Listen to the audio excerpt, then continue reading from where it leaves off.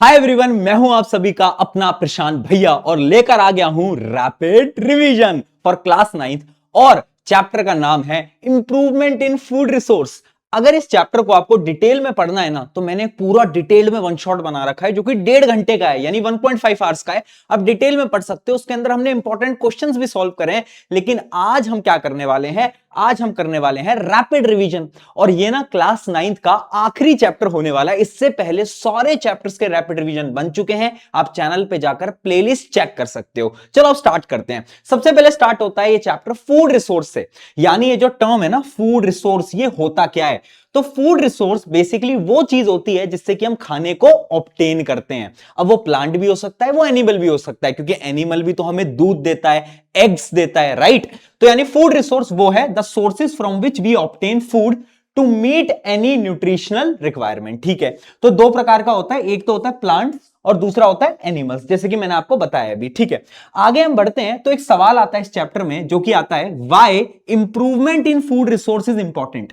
यानी हम इंप्रूवमेंट पढ़ क्यों रहे हैं फूड रिसोर्स की? क्योंकि इसके कुछ 3 इंपॉर्टेंट पॉइंटर हैं जो कि आपको याद रखने हैं। सबसे पहला, rapid increase in population. Population बहुत तेजी से बढ़ रही है, तो उसके अकॉर्डिंग ज्यादा फूड प्रोडक्शन की रिक्वायरमेंट है। अगला, rising demand of the food grains. Limited cultivable lands, यानी जो लैंड्स हैं जिसके ऊपर फार्मिंग हो सकती है वो बहुत लिमिटेड है। अगला, need to increase crop yield, यानी जो क्रॉप है ना वो जल्दी उग पाए। And last, need to improve life stock. अब ये लाइफ स्टॉक क्या होता है? लाइफ स्टॉक वो एनिमल होते हैं ना जिनको हम यूज करके अपना काम निकलवाते हैं। फॉर एग्जाम्पल, गाय से हम दूध निकालते हैं, तो वो क्या है हमारे लिए? वो लाइफ स्टॉक हो गया। ठीक है जी। अब इस चैप्टर के स्टार्टिंग में ना 2 प्रकार के रेवोल्यूशन है, एक है ग्रीन रेवोल्यूशन और एक है क्या? White revolution. नाम से समझ आ रहा है, ग्रीन रेवोल्यूशन वो रेवोल्यूशन है जिसकी मदद से जो एग्रीकल्चर था ना, जो हम एग्रीकल्चर खेती बाड़ी कर रहे हैं उसमें इंप्रूवमेंट आया होगा, राइट? यानी it is the program launch in many countries to increase food grain production using modern technologies. यानी मॉडर्न टेक्नोलॉजीज की मदद से जो फूड ग्रेन थी प्रोडक्शन, उसको स्पीड अप कर दिया, तेज कर दिया। ठीक है, अब व्हाइट रेवोल्यूशन क्या था? नाम से पता चल रहा है, वो जो मिल्क प्रोडक्शन है उसको तेज करा होगा, राइट? तो it is the program aim to increase milk production through dairy development, better breeding, improved animal health care. यानी क्या है? मिल्क प्रोडक्शन को, इंप्रूवमेंट को हम बोलते हैं व्हाइट रेवोल्यूशन। ठीक है, अब ये दोनों प्रकार के रेवोल्यूशन ऑलरेडी हो चुके हैं। अब मैं आपको बताता हूं डिफरेंट टाइप ऑफ क्रॉप्स। कुछ अलग अलग क्रॉप्स होती हैं, जैसे कि सबसे पहली क्रॉप होती है सीरियल। अब ये वो वाले सीरियल नहीं है जो कि तुम्हारे मम्मी पापा देखते हैं या तुम भी देखते हो। सीरियल यानी क्या? व्हीट, राइस, मेज, मिलेट, जो कि आप खाते हो। ठीक है, अब ये जितने भी टाइप के चीजें हैं ना, इनके अंदर क्या होता है? इनके अंदर कार्बोहाइड्रेट होता है। क्या होता है? कार्बोहाइड्रेट। अगला है पल्सेस। पल्सेस यानी दाल। दाल के अंदर क्या होता है? मम्मी बोलती है ना दाल खाओ, क्यों? क्योंकि उसके अंदर प्रोटीन्स होता है। अगला है ऑयल सीड। ऑयल सीड यानी सोयाबीन, ग्राउंड नेट। इन सब के अंदर क्या होता है? इन सब के अंदर गुड फैट्स होते हैं। अगली चीज क्या है? अगली चीज है वेजिटेबल, फ्रूट्स एंड स्पाइसेस। इनके अंदर क्या होता है? इनके अंदर आपको ऑलरेडी इसी पता होगी बात, मिनरल्स होते हैं इसके अंदर। And last, fodder crop. ये फूडर क्रॉप क्या होती है? ये वो चीजें होती हैं ना जो कि हम लाइव स्टॉक्स को खिलाते हैं, जैसे गाय को खिलाते हैं, बफेलो को खिलाते हैं, उनको हम बोलते हैं फूडर क्रॉप। अब इसका एग्जांपल याद रखना, क्या? बेरेसीम, या फिर आप याद कर सकते हो ओट्स। ओट्स जो होते हैं वो क्या है? वो एक तरीके से फूडर क्रॉप्स के अंदर आता है। ठीक है जी, बहुत बढ़िया, आगे बढ़ते हैं। अब क्रॉप्स को ना हम 3 प्रकार में डिवाइड कर सकते हैं अकॉर्डिंग टू द सीजन, जैसे गर्मियों का, सर्दियों का, बारिश का। ठीक है, तो इसकी एक ट्रिक है याद करने की, वो मैं आपको आज बता देता हूं। जैसे कि सबसे पहले आता है खारिफ, या फिर स्टार्ट करते हैं रबी क्रॉप से। रबी क्रॉप से मिलता जुलता एक वर्ड है, वर्ड क्या है? रजाई। रजाई कब ओढ़ते हो? जब ठंड का मौसम होता है, हाँ है ना? है ना?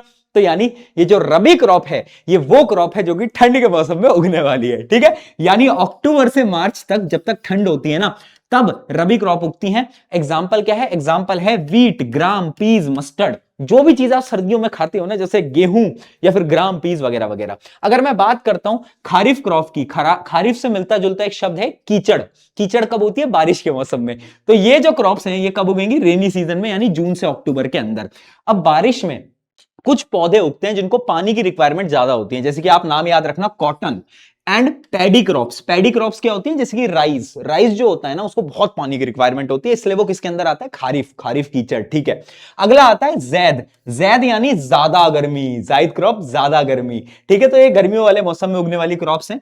इसका एग्जाम्पल है वाटरमेलन, मस्कमेलन। याद करो गर्मियों की छुट्टी में क्या खाते हो, तरबूज खाते हो ना, बहुत बढ़िया, इससे तुम्हें रिवाइज हो गया होगा, याद हो गया होगा। चलो अब क्या है कि तुम्हारे प्रशांत भैया, तुम्हारे पीके भैया एक फार्मर बन चुके हैं और मुझे पैसे कमाने हैं, तो मैं किन किन अप्रोचेस पे काम करके अपनी फूड प्रोडक्शन को इंप्रूव कर सकता हूं, है ना, मेरी फसल है उसको मैं कैसे इंप्रूव कर सकता हूं। तीन तरीके हैं।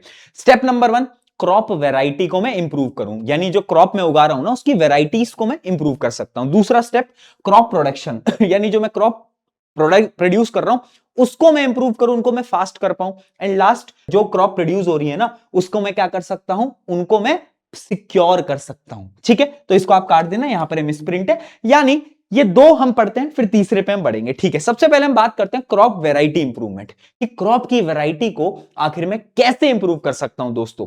तो सबसे पहले यहां पर एक स्टेप होता है जिसको हम बोलते हैं हाइब्रिडाइजेशन। तुम बोलोगे हाइब्रिडाइजेशन क्या है, देखो एक सिंपल सी लैंग्वेज में समझाता हूं। दो पौधे हैं, दोनों के अंदर अलग अलग कैरेक्टरिस्टिक्स हैं, उन दोनों को हम रिप्रोड्यूस कराते हैं जिससे एक नया पौधा आता है, और उसके अंदर ना इस वाले पेरेंट के भी अच्छे कैरेक्टरिस्टिक हैं और इस वाले पेरेंट के भी अच्छे कैरेक्टरिस्टिक हैं। उस प्रोसेस को हम बोलते हैं हाइब्रिडाइजेशन। ठीक है, the process of crossing two और more genetically dissimilar plant to produce a new variety with desirable traits, यानी हम अपने हिसाब से एक नया पौधा उगाते हैं जिसके जो कैरेक्टरिस्टिक्स होते हैं वो अच्छे होते हैं। अब ये जो हाइब्रिडाइजेशन होता है तीन प्रकार का होता है, इंटरवेराइटल, इंटरस्पेसिफिक, इंटरजेनेरिक।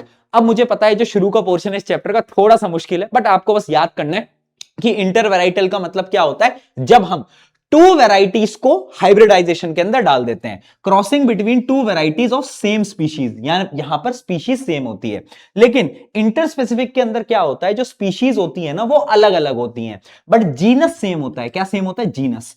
और अगर मैं बात करूं इंटरजेनेरिक की, तो इंटरजेनेरिक में क्या होता है, जो प्लांट होते हैं उनके जीनस भी अलग होते हैं, यानी दो डिफरेंट टाइप के प्लांट्स को हम क्या कराते हैं, क्रॉस करा देते हैं, हाइब्रिडाइज करा देते हैं। ठीक है जी, बहुत बढ़िया।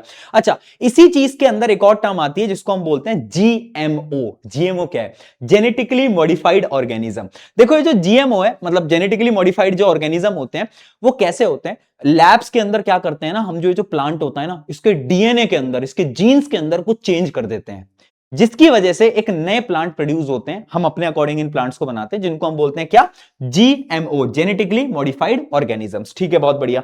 अब क्वेश्चन ये आता है क्या कि यार ये जो जीएमओ होते हैं ना, या फिर ये जो क्रॉप की जो वैरायटी को मैं इंप्रूव कर रहा हूं इसकी जरूरत क्या है, तो बहुत जरूरत है। देखो कुछ 4-5 पॉइंट याद रखना। क्या, पहला, increased crop production per unit area, यानी हमने ऐसी बना दी है ना, ऐसे प्लांट हमने बना दिए हैं जीन्स के अंदर कुछ चेंज करके कि उससे जो प्लांट है ना वो जल्दी उग पा रहे हैं। ठीक है, अगला, बेटर क्वालिटी इंप्रूव हो गई है। रेजिस्टेंस टू पेस्ट डिसीज, यानी जो डिसीज है उनसे भी रेजिस्टेंस मिल गया है। Ability to grow in different climatic and soil conditions and suitable plant traits for higher yield, यानी इसके जो कैरेक्टरिस्टिक्स हैं वो अच्छे हैं और वो जल्दी ग्रो करता है। Good and healthy seeds. ठीक है, तो ये क्या हो गए, इस वजह से मैं क्या करता हूं, क्रॉप की वैरायटी को इंप्रूव करता हूं। ठीक है, पहला तो क्लियर हो गया कि ठीक है भैया मैंने वैरायटी इंप्रूव कर ली है। सेकंड स्टेप क्या है, क्रॉप की प्रोडक्शन को इंप्रूव करना। अब देखो तीन प्रकार के फार्मर, एक मेरा जैसा गरीब फार्मर, तो उसके लिए तो क्रॉप की प्रोडक्शन इंप्रूव हम नहीं कर सकते, लेकिन अगर दो प्रकार के फार्मर हैं जो कि है लो कॉस्ट और हाई कॉस्ट, इन दोनों के लिए हम क्या कर सकते हैं, प्रोडक्शन को इंप्रूव कर सकते हैं, यानी तेजी से प्रोड्यूस कर सकते हैं। और अगर मुझे प्रोडक्शन को इंप्रूव करना है तो मैं तीन चीजों की मदद से कर सकता हूं। पहला, न्यूट्रिएंट्स को मैनेज करूं, अरे न्यूट्रिएंट से ही तो फसल उगती है। दूसरा, इरिगेशन यानी पानी। तीसरा, क्रॉपिंग पैटर्न। अब एक एक करके इन तीनों के बारे में बात करते हैं। सबसे पहले हम बात करते हैं न्यूट्रिएंट मैनेजमेंट। तो देखो जो प्लांट होते हैं ना, दो प्रकार के न्यूट्रिएंट्स की उनको जरूरत होती है, एक होता है मैक्रो, एक होता है माइक्रो। मैक्रो क्या होता है, मैक्रो न्यूट्रिएंट्स वो होते हैं जो कि ज्यादा क्वांटिटी में, लार्ज अमाउंट में चाहिए होते हैं जबकि माइक्रो न्यूट्रिएंट वो हैं जो कि स्मॉल क्वांटिटी में चाहिए होते हैं। अब एग्जांपल याद रखना, एग्जांपल क्या है, ये जो मैक्रो न्यूट्रिएंट है इसके एग्जांपल ध्यान रखना, पोटेशियम, नाइट्रोजन, ये बहुत इंपॉर्टेंट एग्जांपल्स हैं सारे के सारे, कैल्शियम, सल्फर, मैग्नीशियम। जबकि जो माइक्रो न्यूट्रिएंट्स है जो कि कम क्वांटिटी में चाहिए होते हैं उसके एग्जांपल्स कुछ ये रहे, जिंक, कॉपर वगैरह वगैरह। ठीक है, अब ये इतने इंपॉर्टेंट क्यों है कि क्वेश्चन पूछा भी गया है, why micro nutrients are important. तो याद रखना, macro nutrients are important because they form structure and energy transfer and cell functioning, यानी ये जो न्यूट्रिएंट होते हैं इन्हीं की मदद से जो प्लांट होता है वो ग्रो कर पाता है। जबकि जो माइक्रो न्यूट्रिएंट होते हैं उनका काम क्या होता है, उनका काम होता है एंजाइम फंक्शनिंग, यानी कुछ एंजाइम्स को प्रोड्यूस करवा पाते हैं ये न्यूट्रिएंट्स। इसलिए न्यूट्रिएंट उतने इंपॉर्टेंट नहीं है, बट ये वाले बहुत इंपॉर्टेंट है। ठीक है, इतना आपको समझ में आ गया होगा। अब ये न्यूट्रिएंट्स मिलेंगे कहां से? सॉइल से मिलेंगे, एयर से मिलेंगे, वाटर से मिलेंगे। तो सॉइल को मैं कैसे ये न्यूट्रिएंट्स दूंगा? तो दो तरीके हैं, एक तो है मेन्योर, एक है फर्टिलाइजर। मेन्योर क्या होता है दोस्तों? Manure is a source of organic matter. ये एक ऑर्गेनिक सब्सटेंस है जो कि हम सॉइल में डालते हैं, जिससे कि हमारे सॉइल के पास न्यूट्रिएंट आ जाता है, ठीक है। It increases soil fertility by improving texture and water retention. दो चीजें करता है, एक तो सॉइल का टेक्सचर अच्छा करता है और वाटर रिटेंशन कैपेसिटी को क्या करता है? बढ़ा देता है, ठीक है। ये बनता कैसे है? जो वेस्ट होता है ना, जैसे प्लांट वेस्ट, एनिमल वेस्ट, इसको अगर आप मिट्टी में डाल दोगे, सॉइल में डाल दोगे, तो ऑटोमेटिकली डीकंपोज होगा और ये क्या बना लेगा? मेन्योर बना लेगा, ठीक है। Prepared by decomposition of animal excreta and plant waste, ठीक है। अब तीन प्रकार के मेन्योर होते हैं। पहला है कंपोस्ट। कंपोस्ट क्या है? एनिमल वेस्ट या फिर जो प्लांट वेस्ट है, उसको अगर हम नॉर्मली गड्ढे में डालेंगे और वो डीकंपोज होगा, तो उसको हम क्या बोलते हैं? उसको हम बोलते हैं कंपोस्ट। जबकि एक होता है वर्मी कंपोस्ट। वर्मी कंपोस्ट क्या होता है? इसी कंपोस्ट में अगर हम वर्म्स डाल दें, यानी कुछ ऐसे कीड़े डाल दें जो कि डीकंपोजिशन के प्रोसेस को तेज कर दें, तब हम क्या बोलेंगे? वर्मी कंपोस्ट, ठीक है। Compost prepared by using earthworm. Earthworm डाला है हमने, ठीक है। एंड लास्ट आता है ग्रीन मेन्योर। ये ग्रीन मेन्योर क्या होता है? यहां पर कोई भी एनिमल वेस्ट नहीं होता, यहां पर कुछ प्लांट्स होते हैं जो कि खुद सॉइल के अंदर चले जाते हैं और उनकी मदद से प्रिपेयर होता है ग्रीन मेन्योर, ठीक है। Some plants like sunn hemp guar are grown and after some time mulch by ploughing the field, these green plants turn into green manure. Green manure में वो कन्वर्ट हो जाते हैं, ठीक है। हमें समझ में आ गया मेन्योर क्या होता है। दूसरा है फर्टिलाइजर। फर्टिलाइजर ना मेन्योर का एक आर्टिफिशियल वर्जन है, बट बेटर है। फैक्ट्रीज में बनाया जाता है बट बेटर है। क्यों बेटर है? क्योंकि इसके पास ना एक प्रॉपर्टी होती है, they have large amount of nutrient. इनमें न्यूट्रिएंट बहुत ज्यादा होता है। और दूसरा, फर्टिलाइजर्स इंपॉर्टेंट है, ध्यान से देखो, fertilisers are easily absorbed by plant since they are soluble in water. ये पानी में डिसॉल्व हो जाते हैं तो प्लांट इनको जल्दी से खींच लेते हैं। बहुत बढ़िया, ठीक है। अब ये डिफरेंस देख लो, डबल स्टार लगा लो, पेपर में क्वेश्चन दिखेगा। मेन्योर और फर्टिलाइजर, ये ऑर्गेनिक, ये फैक्ट्रीज में बनता है। ये कैसे बनता है? डीकंपोजिशन ऑफ प्लांट या फिर एनिमल वेस्ट से बनता है। जबकि ये कैसे बनता है? ये केमिकल सब्सटेंसेस से बनता है। Contain small amount of nutrient. इसमें जो न्यूट्रिएंट होते हैं वो कम होते हैं, इसमें क्या होता है? ज्यादा होता है। ये पानी में डिसॉल्व डायरेक्टली नहीं होता, बट ये पानी में डिसॉल्व डायरेक्टली हो जाता है। ये थोड़ा चीप होता है, सस्ता होता है, ये कॉस्टली होता है। ये जो है ना, ये बायोडिग्रेडेबल है, यानी अच्छा है इन्वायरमेंट के लिए, but this is non biodegradable. और ये पता है सोसाइटी को हार्म भी करता है, ठीक है, क्योंकि पानी में डिसॉल्व हो जाता है तो ओशंस को, रिवर्स को, लेक्स को, सबको पोल्यूटेड कर देता है। चलो अगली चीज आती है ऑर्गेनिक फार्मिंग। ऑर्गेनिक फार्मिंग क्या है? एक ऐसी प्रैक्टिस है, एक ऐसी फार्मिंग है जिसमें मैं कोई फर्टिलाइजर का यूज नहीं करूंगा। मैं क्या यूज करूंगा? मेन्योर यूज करूंगा, या तो एक चीज होती है बायो फर्टिलाइजर, वो यूज करूंगा, ठीक है।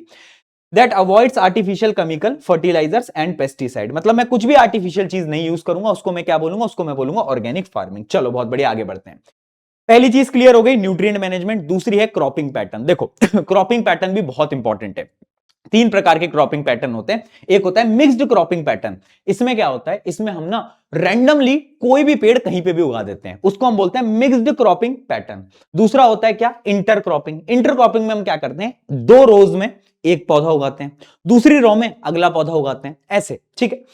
टू और more crops are grown on the same field in a definite pattern. एक पैटर्न में हम उगाते हैं। सबसे अच्छा तरीका क्या है? सबसे अच्छा तरीका है क्रॉप रोटेशन। क्रॉप रोटेशन में हम क्या करते हैं? देखो, क्रॉप रोटेशन में बेसिकली डेफिनेशन ही पढ़ लो, is the practice of growing different crop one after another on same field. एक फील्ड में, जैसे कि इसका एग्जांपल याद रखना, सबसे पहले हम ना एक क्रॉप उगाएंगे बीन पहले साल, फिर हम क्या करेंगे? दूसरे साल टोमेटो उगाएंगे और तीसरे साल हम स्वीट कॉर्न उगाएंगे। ये करते क्यों है? ये बेस्ट प्रैक्टिस होती है, क्योंकि मान लो एक पौधा है जो कि सारे नाइट्रोजन को खींच लेता है, तो अगले साल अगर आप सेम पौधा उगाओगे ना, तो आपके सॉइल में नाइट्रोजन तो है ही नहीं, तो पौधा उग ही नहीं पाएगा। इस वजह से अलग अलग पौधों को उगाना होता है, ताकि जो सॉइल है ना, उसके अंदर भी न्यूट्रिएंट्स बचे रहने चाहिए। चलो बहुत बढ़िया, इतना क्लियर हो गया। लास्ट चीज है इरिगेशन। पानी देना भी बहुत जरूरी है, वाटर सप्लाई। अब अलग अलग टाइप के होते हैं, dug wells, tube wells, watershed, but सबसे इंपॉर्टेंट क्या है? सबसे इंपॉर्टेंट है ड्रिप इरिगेशन। क्यों? ड्रिप इरिगेशन में क्या होता है? एक पाइप लेते हैं, छेद करते हैं, ड्रॉप बाय ड्रॉप पानी जाता है पौधे में डायरेक्टली, और इससे क्या होता है ना, जो वाटर वेस्टेज है वो कम होती है। तो सबसे बेस्ट मेथड कौन सा इरिगेशन का? Drip irrigation. क्यों? क्योंकि वाटर की जो वेस्टेज है वो इसमें कम होती है। चलो अब सबसे पहला क्या था? मैंने सीड की क्वालिटी इंप्रूव करी, वैरायटी इंप्रूव करी। दूसरा मैंने प्रोडक्शन इंप्रूव करी। थर्ड क्या है? Crop protection. यानी अब मैं क्या करूंगा, अब मैं क्रॉप को भाई प्रोटेक्ट भी तो करूंगा। कैसे प्रोटेक्ट करूंगा? दो चीजों से मुझे प्रोटेक्ट करना है। सबसे पहले पेस्ट। पेस्ट क्या होते हैं? पेस्ट की डेफिनेशन देखो, paste is an destructive organism which can destroy और हार्म क्रॉप्स, यानी डिस्ट्रक्टिव ऑर्गेनिज्म है। पेस्ट भी तीन टाइप के होते हैं। पहला होता है वीड। वीड क्या होता है? ये अनवांटेड प्लांट होते हैं जो कि आपके मेन प्लांट के अगल बगल में उग जाते हैं, अनवांटेड प्लांट है, ठीक है, तुम्हारे अनवांटेड दोस्तों की तरह। अगला इंसेक्ट। इंसेक्ट क्या होता है? इंसेक्ट कुछ ऐसे ऑर्गेनिज्म होते हैं जो कि प्लांट को डैमेज कर देते हैं। एंड लास्ट है पैथोजन। पैथोजन क्या होता है? जैसे बैक्टीरिया, फंजाई, ये तो प्लांट को पूरी तरीके से किल कर देते हैं। तो सबसे खतरनाक कौन से होते हैं? पैथोजन होते हैं, डिसीजेस दे देते हैं प्लांट को। ठीक है, बहुत बढ़िया। दूसरी चीज है कि मुझे, क्योंकि जो स्टोर करने हैं ना, मान लो मैंने गेहूं उगा लिया, अब गेहूं को मुझे स्टोर करना है, तो स्टोरेज करना भी बहुत इंपॉर्टेंट है। अगर स्टोरेज ढंग से नहीं करा तो क्या क्या हो सकता है? क्वालिटी डिटोरेशन, यानी क्वालिटी खराब होगी, weight loss, discolouration and reduce germination ability, यानी मेरी पूरी फसल की क्वालिटी खराब हो जाएगी। ठीक है, अब इसके प्रिवेंटिव मेजर क्या है? मैं कैसे प्रिवेंट कर सकता हूं? थ्रू क्लीनिंग ऑफ, यानी हमें क्या करना है ना, हमें पहले क्लीन करना है स्टोर करने से पहले। जो स्टोरेज वाला एरिया है उसको मुझे थोरली क्लीन करना है। ड्राइंग दी ग्रेन, ग्रेन्स जो है मेरे, उनको सनलाइट में पहले ही मुझे ड्राई कर लेना है। And fumigation to kill pest, यानी कोई भी पेस्ट अंदर नहीं आना चाहिए, इसलिए मुझे पहले से ही सैनिटाइजेशन अच्छे से कर लेना है। ठीक है, बहुत बढ़िया। इंपॉर्टेंस ऑफ प्रॉपर स्टोरेज क्या होता है? अगर आपके पास प्रॉपर स्टोरेज है किसी भी फसल की, तो पूरे साल भर आप उस फसल को बेच सकते हो। सिंपल सी बात है। ठीक है, तो यहां पर क्या होता है? यहां पर हमारा जो प्लांट वाला पार्ट है वो खत्म होता है और हमारा जो अगला टॉपिक है वो स्टार्ट होता है, जिसको हम बोलते हैं एनिमल हस्बेंड्री। अब देखो ये एनिमल हस्बेंड्री होता क्या है, तो इसकी डेफिनेशन अगर आप देखोगे, it is a scientific management of domestic animal in a effective manner to obtain food and other useful product. Basically ना चार तरीकों से हम एनिमल हस्बेंड्री करते हैं। पहला क्या होता है? पहला हम पढ़ेंगे कैटल, यानी गाय भैंस वगैरह वगैरह। दूसरा है पोल्ट्री फार्मिंग, जिसके अंदर हम जो हैन होती हैं उनको हम क्या करते हैं? अच्छी तरीके से रखते हैं और एग प्रोड्यूस करवाते हैं। तीसरा आता है फिश, क्योंकि फिश भी बहुत जरूरी है। एंड लास्ट आता है बी कीपिंग। एक एक करके इनको डिटेल में पढ़ लेते हैं। सबसे पहले हम स्टार्ट करते हैं कैटल फार्मिंग। अब कैटल फार्मिंग के ना हमारा पर्पस क्या है? दो पर्पस है हमारे। एक तो मिल्क, हमें दूध लेना है, और दूसरा क्या है ना, जो कैटल होते हैं, स्पेशली जो बुल होते हैं, उनकी मदद से हम क्या करते हैं? हमारे जो खेत होते हैं उनकी प्लोइंग करते हैं, यानी खेत जोतना, जिसको हम हिंदी में बोलते हैं। ठीक है, तो दो प्रकार के एनिमल्स होते हैं कैटल फार्मिंग के अंदर। एक होता है मिल्च एनिमल, जो कि मिल्क देता है, ऑब्वियस सी बात है फीमेल होगी। और दूसरा है ड्रॉट एनिमल, ये मिल्क नहीं देते, मेल होते हैं। Animal which do not produce milk and are used for agriculture work. ठीक है जी, बहुत बढ़िया, समझ आ गया। देखो अब कुछ ब्रीड्स होती हैं, ये ब्रीड्स के नाम आपको याद करने पड़ेंगे। कुछ होती है इंडिजीनियस ब्रीड, यानी इंडियन ब्रीड। तो इंडियन ब्रीड जो है, ये आप इंडियन ब्रीड कुछ देख सकते हो। सबसे इंपॉर्टेंट है सहीवाल। और अगर आपको मैं बताऊं बाहर की ब्रीड, फॉरेन ब्रीड, तो फॉरेन ब्रीड में सबसे इंपॉर्टेंट है हॉलिस्टीन फ्रीसन। हॉलिस्टीन फ्रीसन, ये आपने इमेज कहीं ना कहीं मूवीज के अंदर देखा भी होगा। ठीक है, बहुत बढ़िया। अब इसके अलावा क्या है कि इनको फूड रिक्वायरमेंट की, कौन से फूड की रिक्वायरमेंट होती है? तो देखो, इनको जो फूड दिया जाता है मेनली वो रफेज होता है। रफेज, रफेज क्या होता है? वो खाना होता है जिसके अंदर सिर्फ फाइबर होता है। ठीक है, बट इनको एक और टाइप का खाना दिया जाता है जिसको हम बोलते हैं कंसंट्रेट। कंसंट्रेट क्या होता है? That contain protein, that contain protein. तो दो प्रकार का खाना देते हैं हम कैटल को, एक होता है रफेज और एक होता है कंसंट्रेट। ठीक है जी, हमको ये समझ आ गया, आगे बढ़ते हैं। अब एक टाइम होता है जिसको हम बोलते हैं लैक्टेशन पीरियड। ये क्या होता है? Lactation period milk producing time होता है, जब एक जो काऊ या बफेलो है वो दूध दे पाती है। ठीक है, the period of the milk production between birth of the young one and next pregnancy, milk production can be increased by increasing the lactation period। यानी जितना ज्यादा बड़ा lactation period होगा, उतने समय तक आपकी जो गाय है, जो आपकी बफेलो है, वो दूध देने वाली है।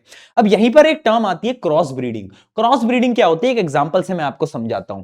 अब देखो यार, ये जो हॉलिस्टीन फ्रीसन है ना, इसको लैक्टेशन पीरियड बहुत बड़ा था, लेकिन दिक्कत ये थी ना कि इसको बहुत जल्दी बीमारी लग जाती थी, डिसीज लग जाती थी। तो इंडियंस ने क्या करा कि इसका रिप्रोडक्शन करवाया, किसके साथ? सहीवाल के साथ। अब जो सहीवाल है ना, ये डिसीज रेजिस्टेंट है, यानी इसको बीमारी नहीं लगती, बट इसका लैक्टेशन पीरियड कम है। तो जब इन दोनों को हमने क्रॉस ब्रीड करवाया, तो एक नया प्रोड्यूस हुआ जिसको हम बोलते हैं फ्रिसवल काऊ। और ये एक ऐसी काऊ है जो इम्यून भी है, इसको डिसीज भी नहीं लगते, और ये मिल्क भी ज्यादा प्रोड्यूस कर पाती है। ठीक है, बहुत बढ़िया। तो क्रॉस ब्रीडिंग क्या है? The process of mating two cattles of different breed to produce offspring in which desirable characteristics of both parents are present. ठीक है, दोनों के अच्छे अच्छे कैरेक्टरिस्टिक्स प्रेजेंट है। ठीक है, समझ आ गया। अब यहां पे दो पॉइंट होते हैं, एक होता है शेल्टर मैनेजमेंट और दूसरा है प्रिवेंशन फ्रॉम डिसीज, क्योंकि हमें एक शेल्टर में रखना होगा और हमें डिसीज से प्रिवेंट भी करना पड़ेगा। तो शेल्टर मैनेजमेंट में 3 पॉइंट होते हैं, क्या कि जो भी हम शेल्टर बना रहे हैं वो नीट एंड क्लीन होना चाहिए, दूसरा कवर्ड होना चाहिए, ज्यादा धूप नहीं आनी चाहिए, and regular brushing of the cattle skin, यानी बार बार ब्रश करना चाहिए क्योंकि कैटल्स को ना स्किन डिसीज लग जाते हैं। अगला आता है प्रिवेंशन फ्रॉम डिसीज। अब डिसीज से हम कैसे प्रिवेंट कर सकते हैं बेटा, तो सबसे पहला है कि यार ये जो पैरासाइट्स वगैरह होते हैं ना, इनसे थोड़ा प्रिवेंट करो। दूसरा, उनकी जो स्किन है उसको क्या करो, क्लीन करो। And internal parasites such as worm effects the stomach and intestine, यानी जो पैरासाइट्स होते हैं जो कि पेट के अंदर चले जाते हैं, उससे भी हमें प्रिवेंट करना पड़ता है हमारी कैटल्स को। ठीक है, बहुत बढ़िया। अब आते हैं पोल्ट्री फार्मिंग पे। पोल्ट्री फार्मिंग क्या है, बहुत बेसिक चीज है यार। It refers to the practice of breeding and raising domestic bird. Domestic bird जैसे कि डक्स, टर्की एंड चिकन। हम बेसिकली चिकन की बात यहां पर कर रहे हैं। ठीक है जी। अब यहां पर भी ना दो प्रकार के होते हैं पोल्ट्री फार्मिंग में, एक होती है लेयर्स और एक होता है ब्रॉयलर्स। अब ब्रॉयलर्स तुम याद कैसे करोगे, बड़ा थोड़ा क्रिंज तरीका है बट याद कर लेना। ब्रॉयलर्स जो कि बॉयल होने वाले हैं, यानी ये वो है जो कि मीट के लिए यूज होने वाले हैं। ठीक है, यानी मैनेज फॉर मीट प्रोडक्शन। और अगर मैं बात करूं लेयर्स की, तो ये वो हैं जो कि एग प्रोड्यूस करते हैं। ठीक है, तो ये जो होते हैं ये एग प्रोड्यूस करते हैं, ये जो होते हैं वो क्या करते हैं, ये मीट के काम आते हैं। ठीक है, need adequate space and proper lighting, यानी इनको एक अच्छी स्पेस चाहिए होती है, प्रॉपर लाइटिंग चाहिए होती है, क्योंकि इनको एग प्रोड्यूस करा जाता है। लेकिन ये जो ब्रॉयलर्स होते हैं इनको कोई अच्छी कंडीशन नहीं चाहिए होती, बस इनको खाना दे दो ताकि जल्दी ग्रो कर पाए और ऑब्वियसली बात है इनकी मीट बन पाए। ठीक है, रिक्वायर प्रोटीन रिच डाइट, और इनको क्या चाहिए होता है, require restricted and calculated feed. ये जो डिफरेंस है ना, बड़ा इंपॉर्टेंट डिफरेंस है। चलो आगे बढ़ते हैं। अब ये जो ब्रॉयलर्स और होते हैं ना, इनको क्या किया जाता है, इनको भी क्रॉस ब्रीड किया जाता है। क्यों, रीजन वही है, डिजायरेबल कैरेक्टरिस्टिक्स। ठीक है, तो क्यों किया जाता है, more and better quality of chicks, low maintenance, and breeding is done to produce dwarf broilers, यानी ब्रीडिंग ऐसे करते हैं कि जो ब्रॉयलर्स होने चाहिए वो थोड़े छोटे होने चाहिए ताकि खाना बच जाए। ठीक है, खाना ज्यादा वो खाए ना और आपकी सेविंग हो जाए। ठीक है, अब ना एक बड़ा इंपॉर्टेंट क्वेश्चन है कि पोल्ट्री फार्मिंग को क्यों प्रेफर किया जाता है कैटल फार्मिंग के अबव। क्यों, क्योंकि पोल्ट्री फार्मिंग जो है वो चीप है, सस्ता है, यहां पे ज्यादा खाने की जरूरत नहीं पड़ती। बट जो कैटल फार्मिंग है उसमें आपको लैंड भी चाहिए होता है, जगह भी चाहिए होती है और ज्यादा खाने की भी जरूरत पड़ रही होती है। ठीक है, अब कुछ इंडियन ब्रीड है, आप देख सकते हो, असील, बसारा वगैरह वगैरह, और ये है कुछ एक्सोटिक ब्रीड, बाहर की जो ब्रीड होती है, व्हाइट लेगहॉर्न, ब्लैक मिनोरका, ये सब क्या है, बाहर की ब्रीड है। ठीक है जी। अब आती है बात फिश प्रोडक्शन की। अब ये फिश प्रोडक्शन क्या है, क्योंकि हमें फिश खानी है तो फिश को थोड़ा सा प्रोड्यूस भी करना होगा। अब देखो फिश प्रोडक्शन दो टाइप का है, एक तो नॉर्मल है कैप्चर। कैप्चर यानी जैसे फोटो कैप्चर करते हो ना, तो फिश को ना उठाया और कैप्चर कर लिया, वो तो बहुत बेसिक है, randomly naturally living fishes in the various bodies are captured. एक होता है कल्चर। कल्चर फिशिंग क्या है, आप ना एक कल्चर बनाते हो फिशेस का, अपने अकॉर्डिंग फिशेस को क्या करते हो, प्रोड्यूस करवाते हो, right. Fishes of the desired varieties are cultivated in confined area with utmost care to get maximum yield. हम एक एरिया बनाते हैं, उनको एक कंडीशन देते हैं जिसमें कि वो ग्रो कर पाए और बाद में हम उन्हें पकड़ लेते हैं। ठीक है, बहुत बढ़िया। अब यहां पर एक टर्म आती है एक्वाकल्चर। एक्वाकल्चर क्या होता है, can be done in ocean, river and lake, यानी जब आप ओशन, रिवर या लेक के अंदर एक कल्चर बना देते हो जिसमें आप फिश ग्रो करते हो, उसको हम एक्वाकल्चर बोलते हैं। और जब स्पेसिफिकली हम ओशन में काम करते हैं तो उसको हम क्या बोलते हैं, मैरीकल्चर। क्या बोलते हैं, मैरीकल्चर। ठीक है, चलो इतना क्लियर हो गया। आगे हम बढ़ते हैं। फिश प्रोडक्शन अगर हम सोर्स ऑफ वाटर के बेसिस पे डिवाइड करेंगे तो भी दो टाइप का है, एक होता है मैराइन फिशरीज, एक होता है इनलैंड फिशरीज। अब ये मैराइन फिशरीज क्या है, ओशन में अगर आप पकड़ रहे हो फिशेस को तो हम बोलेंगे मैराइन फिशरीज, और अगर हम एक क्लीन वाटर जैसे आपका जो लेक होता है, रिवर होता है, उसको हम बोलते हैं इनलैंड फिशरीज। ठीक है, अब ये जो मैराइन फिशरीज होती है ना, इनके अंदर कुछ वैल्यूएबल फिशेस होती हैं और ये क्वेश्चन बार बार पूछा जाता है। ठीक है, some marine fishes have high economical value. नाम याद रखना, एक होता है फिन्ड फिश, ठीक है, अगला है शेल फिश एंड एक है ओयस्टर। ये जो तीन टाइप की फिशेज होती हैं ये बहुत ज्यादा महंगी बिकती है ना, यानी अगर इनको सेल करने पे जाओगे तो बहुत पैसा मिलेगा, रातों रात अमीर हो जाओगे। आगे बढ़ते हैं। अब देखो तीन टाइप में मैं फिशरीज को डिवाइड कर रहा हूं। इनलैंड फिशरीज तो बहुत सिंपल है, जो क्लीन वाटर है ना उसमें अगर मछलियां पकड़ रहे हो तो क्या बोलोगे, इनलैंड फिशरीज। अगला है इंटीग्रेटेड फिश कल्चर। ये क्या होता है इसकी डेफिनेशन पढ़ो, the sustainable farming practice that combine crop production with activities like livestock, poultry, fisheries and beekeeping। यानी हम फिश तो पकड़ ही रहे हैं बट उसके साथ साथ एग्रीकल्चर भी कर रहे हैं और भी दो तीन काम कर रहे हैं, इसलिए इसको हम बोलते हैं इंटीग्रेटेड फिश कल्चर। ठीक है जी, समझ आ गया। लास्ट है कंपोजिट फिश कल्चर। ये क्या होता है? कंपोजिट फिश कल्चर में हम क्या करते हैं, एक छोटे से एरिया में अलग अलग टाइप की फिशेस को एक साथ डाल देते हैं, ठीक है। The method of growing different species of fish together in the same water body to increase the productivity. अब यहां पर अलग अलग टाइप की फिशेस होती हैं। एक तो सरफेस पे रहती हैं जिनको हम बोलते हैं सरफेस फीडर, एग्जांपल है कटला। एक होती है कॉलम फीडर जो कि बीच में होती है, जिन जैसे एग्जांपल है रोहू। और एक होती है बॉटम फीडर। बॉटम फीडर वो है जो कि एकदम बॉटम में रहेगी, एग्जांपल क्या है, मृगल या फिर कॉमन कार्प। ठीक है जी, बहुत बढ़िया, इतना हमको समझ आ गया। अब फिश प्रोडक्शन की इंपॉर्टेंस क्या है वो मुझे बताने की जरूरत नहीं है। क्या कि फिश जो होता है वो बहुत न्यूट्रिएंट होते हैं उसके अंदर, तो अगर कंज्यूम करते हो तो बहुत सारे न्यूट्रिशन वैल्यू मिलती है। Contributes to the food security, source of income बन चुका है बहुत सारे लोगों के लिए, जनरेट्स एम्प्लॉयमेंट वगैरह भी जनरेट कर रहा होता है। चलो अब बढ़ते हैं लास्ट टॉपिक की तरफ जो कि है बी कीपिंग। यानी हम क्या करेंगे, हम मधुमक्खी जो हैं उनको भी तो पालेंगे, उसको हम क्या बोलते हैं, बी कीपिंग बोलते हैं। अभी जो बी कीपिंग होते हैं ना, बेसिकली इससे हम हनी प्रोड्यूस करते हैं। हनी क्या होता है, जो स्वीट लिक्विड होता है, हनी आपने सुना ही होगा, उसको हम प्रोड्यूस कर रहे होते हैं। ठीक है। अब यहां पर एक टर्म आता है अपायरी। अपायरी क्या होता है, डेफिनेशन देखो, the setting up of a number of bee hives in a desirable location in a systemic manner that allows maximum pollen and nectar collection। यानी एक ऐसा सिस्टम है जिसमें हम मैक्सिमम हनी को ऑब्टेन कर पाते हैं, उस पूरे सिस्टम को हम बोलते हैं क्या, अपायरी। क्या बोलते हैं, अपायरी। ठीक है, बहुत बढ़िया।